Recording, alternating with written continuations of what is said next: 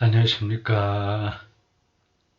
자, 8강 하겠습니다. 신의 없는 세상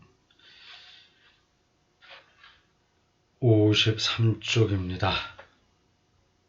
토마시 할리크의 무신론을 껴안다 라는 타이틀의 글입니다. 요게 좀 깁니다. 이 무신론을 껴안다 토마시 할리크의 글이 지금 벌써 2번 했고 세 번째입니다. 전체적으로는 8강이지만 이 사람의 글로는 세 번째입니다. 53쪽 위에 새롭게 시작하는 패러그래프입니다. 할리크가 지하 가톨릭 교회 체코에 사제 서품을 갖고 활동을 했는데 거기에 이제 뭐라 그래 전업 사제가 아니라 한쪽으로는 자기가 전공한 심리학 일을 하고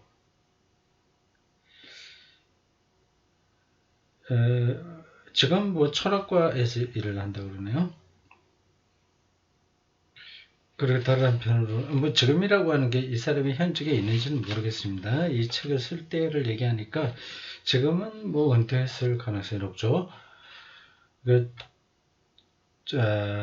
전업 사제가 아니라 일반 교수 활동도 하면서 사제로 하는 그런 입장입니다.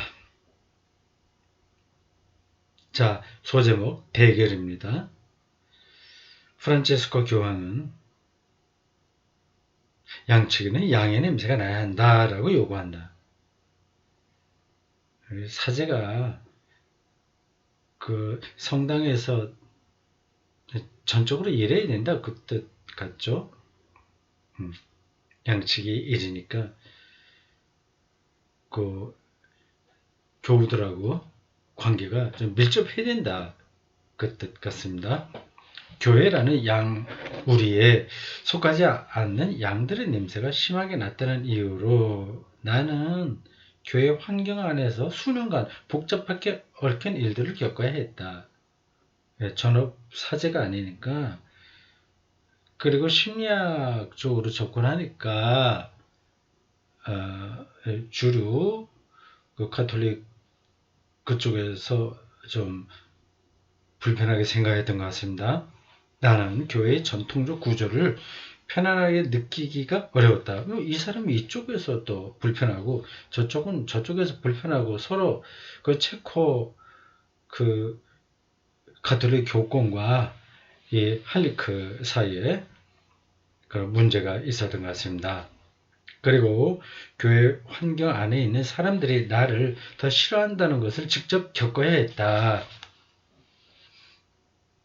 공산주의 붕괴 이후 1990년 초죠. 나는 지하교회 활동뿐 아니라 교회의 공식 구조 내에서의 활동에도 십자가가 필연적으로 따른다는 것을 깨달았다. 공산주의 체제에서만이 아니라 무너진 상태의 가톨릭 교권 안에서도 이게 어려운 점이 많다 이거죠. 박해받는다 얘기입니다. 십자가 진다는 거는. 탈공산주의 국가의 그리스도교 신자들은 서구교회와 만날 때의 문화 충격을 겪었다. 문화 충격. 그렇죠. 오랫동안 서로 다른 문화 속에 자랐으니까 그게 얼마나 심각했겠습니까? 컬처 쇼크죠. 박해의 압박에 노출되어 있던 교회에서는 연대의 분위기가 우세했다. 공산주의 체제 아래서는 가톨릭 교우들끼리 그리고 교수들끼리 지하교회 사제들끼리의 연대감이 돈독했어요. 솔리데리티라고 하죠. 집단 내에서 보이는 견해차나 비판을 본능적으로 무의식에 밀어넣은 것이다. 작은 차이는 뒤로 빼낸 거죠. 큰 적이 있으니까 작은 차이는 사소해지는 겁니다. 근데 큰 적이 없어지면 작은 차이가 엄청나게 느껴지는 거죠. 어느 조직이나 다 그렇습니다. 서구 세계의 교회는 교황을 비롯한 교회의 권위에 비판적 입장을 취했다. 그런 신학적 다원성과 비판적 태도는 탈공산주의 국가의 그리스도교 신자들을 깜짝 놀라게 했다. 그렇죠. 공산주의 체제 아래서는 이 수직적인 이 관계 철저하게 복종해야 되거든요. 그게 이제 자기를 보호해 주니까. 근데 서방 그리스도교, 뭐 지금은 가톨릭을 얘기합니다. 여기서는 굉장히 자유분방하게 체제에 대한 비판 이런 것들이 교황 체제에 나온 거죠. 적을 상정하지 않고는 더 이상 살 수 없던 그들은 공산주의 붕괴로 비워진 그 자리를 당장 새로운 적으로, 즉 서구 자유주의로 채웠다. 서구 자유주의를 이제 적으로 생각한 거예요. 그런 일이 벌어지는군요. 남북 통일이 된 다음에도 이런 일들이 벌어질 것 같습니다. 북한에 너무 오랫동안 폐쇄적인 체제 속에서 있었기 때문에 기독교가 지하교회도 사실 어려울 것 같아요.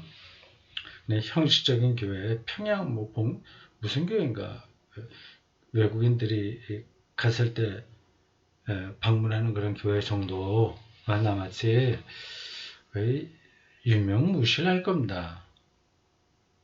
근데 체코 같은 데는 지하교회가 상당히 탄탄했고요. 그리고 공산주의 정권과 그렇게 척지지 않으면서도 드러난 지하가 아니라 밖으로 드러난 교회도 좀 상당한 세력으로 잔존이 있었습니다. 북한하고는 차이가 많습니다. 나의 경우는 그렇지 않았다. 관광객으로 위장한 서구 주요 신학자들과 철학자들의 이따금 주말에 프라하나 브리엔에 있는 개인주택의 비밀 신학교로 왔기 때문이다. 이미 그러니까 서양 신학자들의 입장이 어떠냐를 알았기 때문에 공산주의가 붕괴된 다음에도 크게 쇼크를 받지는 않았다고 거겠죠. 그들은 우리에게 강의하고 최신 전문 서적을 몰래 가져다 주었다. 지하교회의 특정한 집단들은 서구의 동시대적인 신학적 철학적 사유로부터 그다지 격리되지 않았다. 지하교회는 그런데 바깥으로 드러난 교회는 단절되어 있었죠. 나 개인적으로는 공식교회가 이게 지하교회하고 반대되는 교회죠. 공식교회. 내가 처한 상황을 직면하는 쪽이 훨씬 큰 문화 충격을 일으켰다. 참 아이러니죠. 같은 체코에 있는 그 공식 교회에 더 큰 갈등이 있었다. 그 사이에 그 얘기네요. 그 충격은 당시 보수적이던 프라하 대학교 신학과 지도부와 극적인 갈등을 빚고 채 3년도 채우지 못하고 자리를 떠나며 정점에 이르렀다. 하지만 그 일을 재차 말하고 싶지는 않다. 그 일에 대해서는 이미 다른 자리에서 밝힌 바 있다. 다른 자리에서요? 각주 볼까요? 17번. 각주가 그렇게 많지는 않습니다.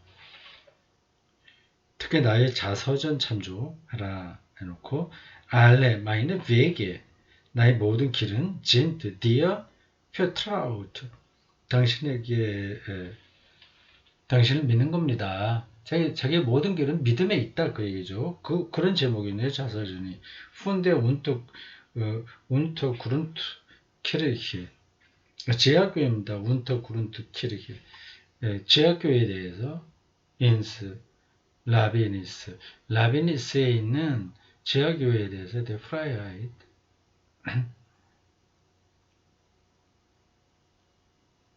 자유의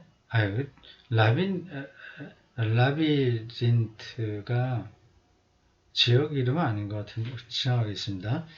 자사전 얘기예요.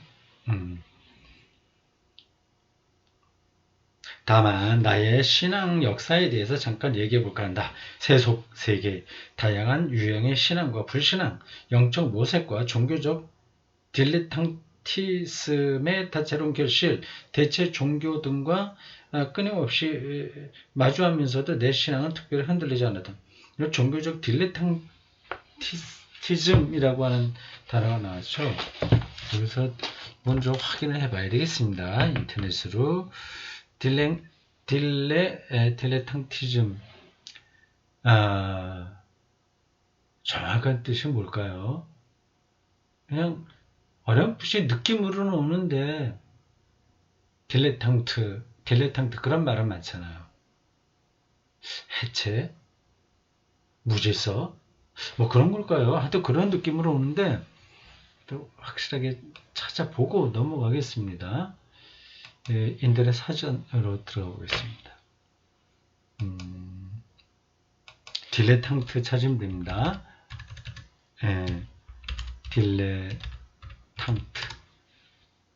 딜레탕트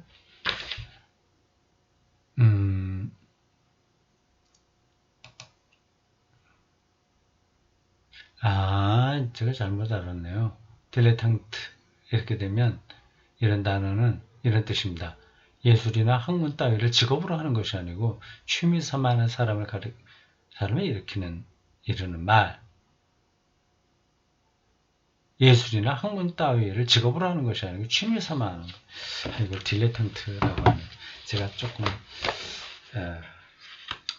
조금이 아니라 많이 잘못 알았습니다. 종교적 딜레탕티즘. 그러니까 종교적으로 전문가가 아니라 취미 삼아 하는 주의. 그런 거죠. 영적 모습가. 그러니까 조금 종교 쪽으로 아주 전문 영역으로 들어가지 않고 좀 가볍게. 근데 가볍다고 해서 뭐 깊이가 없다는 뜻이라기보다 좀 일반적이다. 그렇게 생각하시면 되겠네요.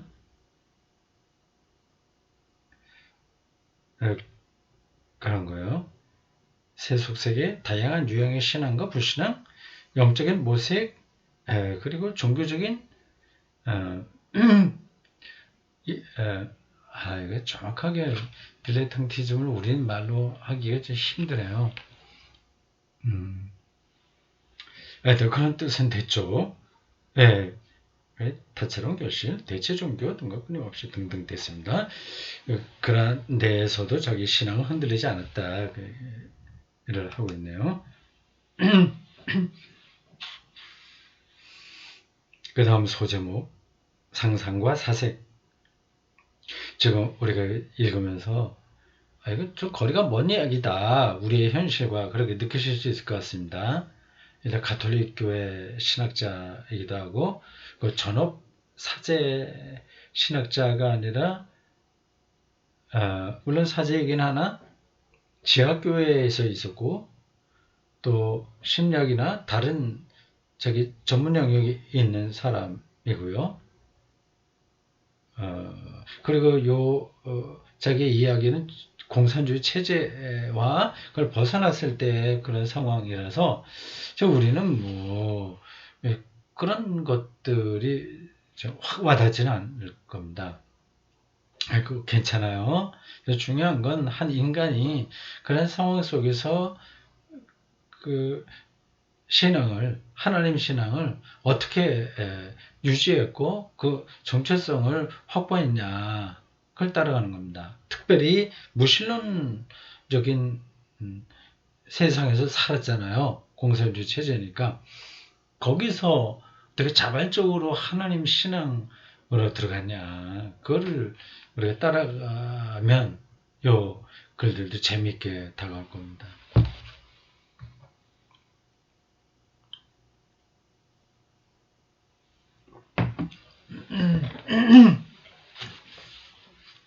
소제목, 다음 상상과 사색입니다.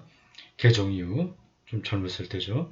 1980년대 말에 극적인 변화에 이르기까지 개종 이후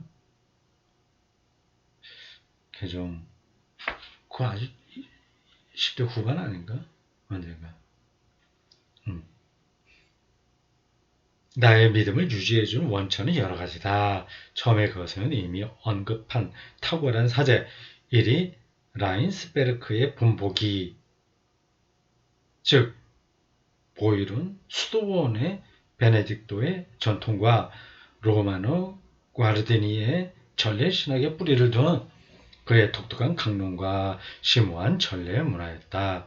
그에게 첫 고해 성사를 부탁한 이후 나의 신앙 입문 과정은 소유 학파식으로 진행되었다. 소유 학파. 이는 보통 누구를 가리키죠? 헬라에 소유 학파가 있죠. 이거 정확하게 내가 그 역사적 근원, 뿌리, 성장, 과정 이런 것들을 말할 수가 없네요. 소유한다는 건 걷는다는 뜻이거든요. 동양에서도 그러한 학파들이 있었죠. 뭐 장자 이런 사람들도 거기에 속하는 겁니다. 네, 그리스 신학에서 소유학파. 누군가 내가 이제 그 글을 읽으면 알겠는데 지금 내 스스로 말할 준비는 안 됐습니다. 그냥 가보겠어요. 소유학파니까 이렇게 산책하면서 뭐 진리를 깨닫고 뭐 이렇게 아주 전문적으로 이렇게 들어가는 건 아니다. 그런 뜻 아닐까요? 나는 그가 알뜰슈테트 사주관에서 당시 프라하 외곽에 있던 집까지 가는 길에 거의 날마다 동행했다. 네, 걸어가면서 그 멘토죠, 일종의 멘토인 그 사제와 같이 걸으면서 많은 가르침을 받은 것 같습니다. 그 집에서 우리 둘은 함께 살았다. 나는 그 당시 신학자들의 책이 수중에 들어오기만 하면 열심히 읽었다. 처음에 접한 것은 무엇보다도 로마노 과르디니의 책이었다. 또 문학작품도 읽었는데 그레엄 그린, 프랑수아 모리아크, 프란츠 베르펠,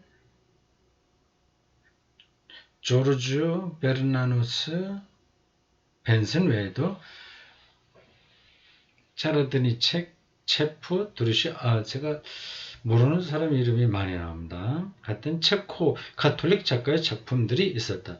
나의 신앙생활에 없어서는 안 될 요소는 조형예술과 조형예술. 비조형예술이 있다는 거죠. 조형예술은 구상적이라는 뜻인가요? 비조형이라고 하면 좀 추상적인 것을 가리키죠. 조형예술과 음악으로 가득 찬 그리스도교였다. 상상과 사색은 신앙의 일부다. 나는 철학을 공부하면서 실존주의와 대화 철학을 찾아냈고,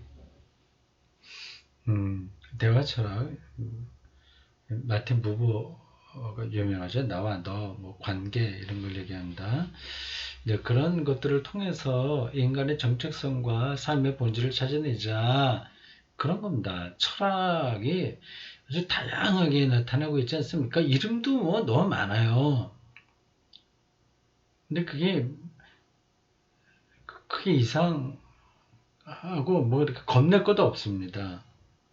어떤 관점으로 그 리얼리티가 뭐라냐는 거를 설명하는 접근 방법이거든요. 근데 그렇게 여러 가지가 있다고 하는 거는 아직 우리가 리얼리티를 잘 모른다 그 뜻이죠.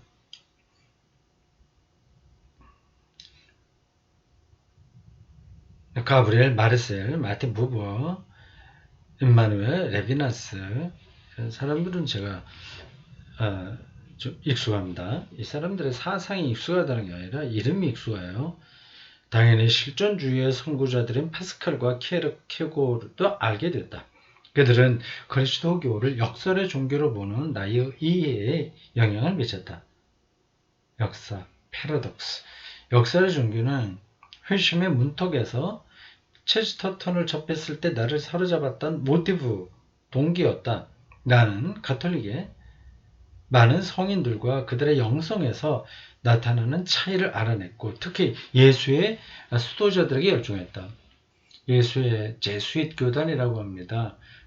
그 개신교 종교개혁이 일어난 다음에 로마 가톨릭 교회를 개혁하고자 하는 수도자들이 모였는데 이제 그걸 가르쳐서 예수회 이렇게 얘기합니다. 매년 대림 시기에는 대림절이죠. 교회력의 첫 절기입니다. 에는 날마다 성 이냐시오의 영신 훈련, 영신 훈련이 뭐야? 영성 훈련 아닌가? 영신 훈련이라, 영신 수련이라, 영성 수련이라고 보통 우리가 일반적으로 얘기하는데 영신이라고 해서 특별한 뜻이 있는 다른 단어인지는 제가 잘 모르겠습니다. 묵상을 하려고 애썼다. 한 번은 휴가 중에 테야르드 샤르댕 로마 가톨릭 교회 진화론 철학자이자 신학자이자 생물학자입니다. 유명하죠. 글을 읽다가 신앙의 새로운 차원이 열리는 경험을 했다. 참 이게 좋은 공부입니다. 새로운 차원이 열리는 경험이에요. 그것은 우주적 신비였다. 자연의 발전과 인간의 역사가 만나는 궁극의 종착점인 그리스도에게서 정점에 이르는 진화 과정의 역학에 대한 감격이었다. 오메가 포인트 이런 개념으로 설명합니다. 나중에 칼 융, 무의식을 얘기하고 있는 융과 그 제자들의 심층 심리학과 빅토르 프랑클의 의미치료를 공부했는데 그것이 종교에 대한 나의 사유뿐 아니라 신앙체험도 형성했다. 깊은 무의식의 하나님이 테야르의 우주적 그리스도를 보완했다. 깊은 무의식. 우리가 지금 바깥으로 어떤 거를 의식하는 게 있고요. 표층적으로요. 내가 누구냐 하는 걸 의식하고 어떤 관계도 생각하고 이게 보통 우리가 일반적으로 말하는 의식의 세계입니다. 내 무의식은 겉으로 드러나지 않는 감춰진 의식인 거죠. 심층 심리학을 말하는 사람들은 인간은 이 의식보다도 무의식에 더 지배를 받는다. 그렇게 얘기합니다. 그 무의식을 치료해야 정신질환 이런 것도 실제로 치료 가능한 거죠. 근데 이게 그 학자들 프로이트나 바로 얘기한 융 이런 사람들이 이런 걸 연구하게 된 거는 어떤 정신질환자를 잘 이렇게 검사하고 진찰하고 그리고 보다 보니까 이 사람들의 말과 행동을 지배하는 더 근원적인 의식이 있다는 걸 알게 된 거죠. 그게 이제 무의식이라고 하는 겁니다. 그게 이제 꿈에서 그 무의식이 바깥으로 좀 잘 나타나죠. 그래서 어떤 한 인격체가 있다고 합시다. 겉으로는 굉장히 점잖고 인격적이에요. 그러나 어떤 순간에는 아주 폭력적으로 비인격적으로 변할 수 있습니다. 근데 그거는 자기 의식이 깨어 있어서 자기를 컨트롤할 때 인격적으로 나타나고 그게 이제 잠잘 때나 특별한 경우에는 의식을 자기가 이성적으로 제어하지 못하죠. 그럼 무의식이 이제 폭발해갖고 이상한 언행을 하게 됩니다. 이 무의식이 어떻게 형성되냐 하는 것은 더 전문적이겠죠. 모든 인간들에게는 그런 무의식이 있습니다. 어쩌면 우리 인류 전체에도 그런 무의식이 있을 거예요. 유인원들이 직립할 때 했던 경험들, 뭐 불을 사용한다거나 종족 간의 싸움이나 뭐 많은 것들이 유전을 통해서 우리의 무의식 속에 자리를 하게 되겠죠. 그러니까 예를 들자면 성경에 나오는 가인과 아벨 이야기에서 가인의 그 형제 살해가 우리의 무의식에 부분적으로 남아 있을 겁니다.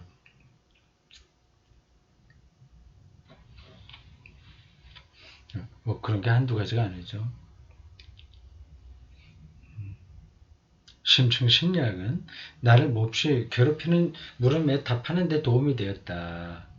나는 왜 열성적인 그리스도인들보다 줄곧 무신론자들과 관계가 더 좋을까? 그래 자기 이상하다고 느낀 거죠. 뭐 그거는 우리들도 많이 경험하는 바죠. 만약 우리의 정신이 대부분 무의식에 잠겨있고 의식적인 부분은 빙산처럼 수면 위에 미미한 층에 불과하다면 우리의 정신적 영적 삶 전체를 관통하는 우리의 신앙에도 그 비슷한 것이 적용될 수 있다. 인격의 의식적, 가시적, 청각적 부분이 우리가 깨어있을 때 잘 컨트롤되는 건데 꽉 채워진 심지어 종교로 과포화된 사람들이 있다. 나는 믿음이 좋으니까 뭐를 해야 돼? 어떻게 해야 돼? 이런 것들이요. 뭘 하지도 하지 말아야 돼. 그런 것들이요. 과포화된 사람들이 있다. 그들은 때때로 주체하기 어려울 정도로 열심히 종교에 대해 말할 수 있다. 그냥 광신적으로 매달리는 거죠. 하지만 그들을 좀 더 가까이 알게 되어 그들의 내면을 조금이라도 들여다보면 그들의 종교가 표면에만 머물러 피상적이라는 인상을 받지 않을 수 없다. 얄팍한 거죠. 요즘 뭐 한국 사회에서도 어떤 태극기 부대라고 말을 하거나 혹은 뭐뭐뭐뭐에서 뭐 하는 현재 정부 끌어내리는 예배를 청와대 앞에서 계속 드리는 그런 사람들이요. 비슷한 거죠. 심리적으로 연구의 대상입니다.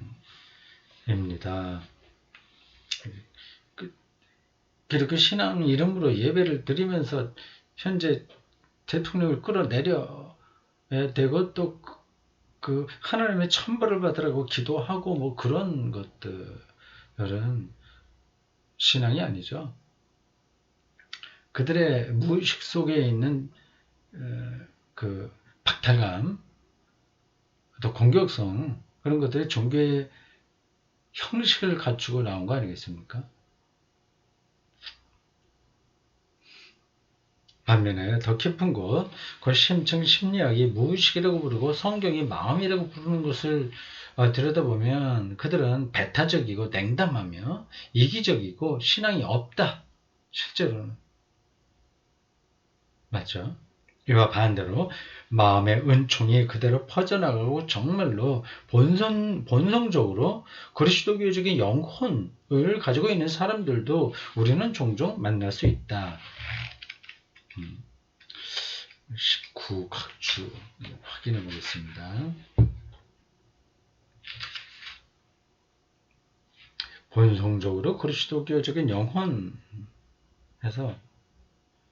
이렇게 설명하네요. 2세기에서 3세기 넘어가는 전환기에 살았던 신학자로 스토아 학파의 영향하에 인간의 영혼이 하나님을 인식할 능력을 갖고 태어났다고 주장한 터툴리아누스의 표현인 것 같습니다. 터툴리안 유명한 교부죠.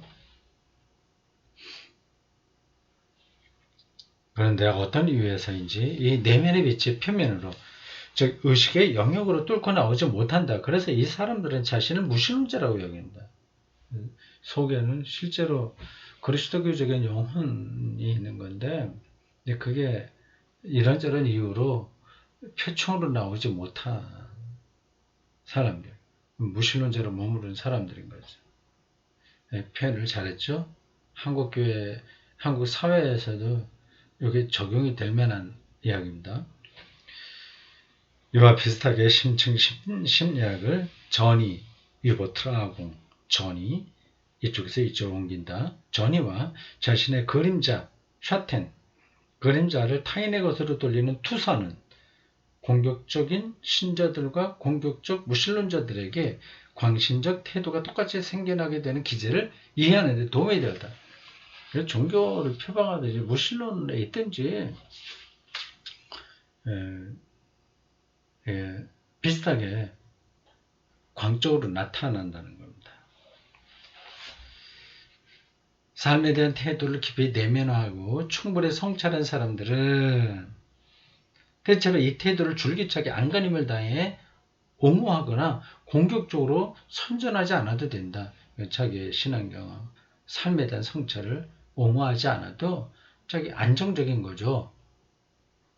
또한 적을 줄곧 공격할 필요도 없다. 반면에 안간힘을 다해 공격적 태도와 불관용으로 나타난 이것은 내면에서 해소되지 않고 억압된 의심들에 이리저리 잡아 뜯기는 사람들의 특징을 보여준다. 네, 정확한 표현입니다. 혐오하는 설교를 하는 거는 그건 이제 자기 내면이 그렇게 파손됐다는 증거입니다. 그 무의식이 그렇게 된 거죠. 그들은 자신들이 갖고 있는 의심들과 대결할 수도 없고 그럴 준비도 되어 있지 않다. 그러니까 공산주의 하면 완전히 뚜껑이 열리는 거예요. 차분하게 대화하지 못합니다. 자신감이 없는 거죠. 그렇기 때문에 그들은 이단이라거나 타락한 사고방식을 가지고 있다고 보이는 타인에게 자신의 의심을 투사하고 있으면서 실제로는 자신의 그림자와 싸우고 있음을 인정하지 않는다.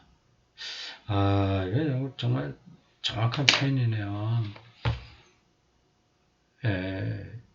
이런 모습들이 한국교회에 좀 약간 좀 보수적인 쪽에 있는 분들에게 주로 그러는데 많이 나타나고 있어요. 이거는 무의식의 문제입니다. 의식의 문제이기도 하고 같이 연결되어 있습니다. 생명과 세계에 대한 성찰이 없이 자기 자신 내면에서 작동하고 있는 그 불안을, 그리고 의심을 어떤 그 대상에게 막 쏟아내는 거죠. 불행한 겁니다. 이 사회와 기독교 신앙을 망가뜨린다는 점에서만이 아니라 자기 자신이 파괴되는 거죠. 여기까지 하겠습니다.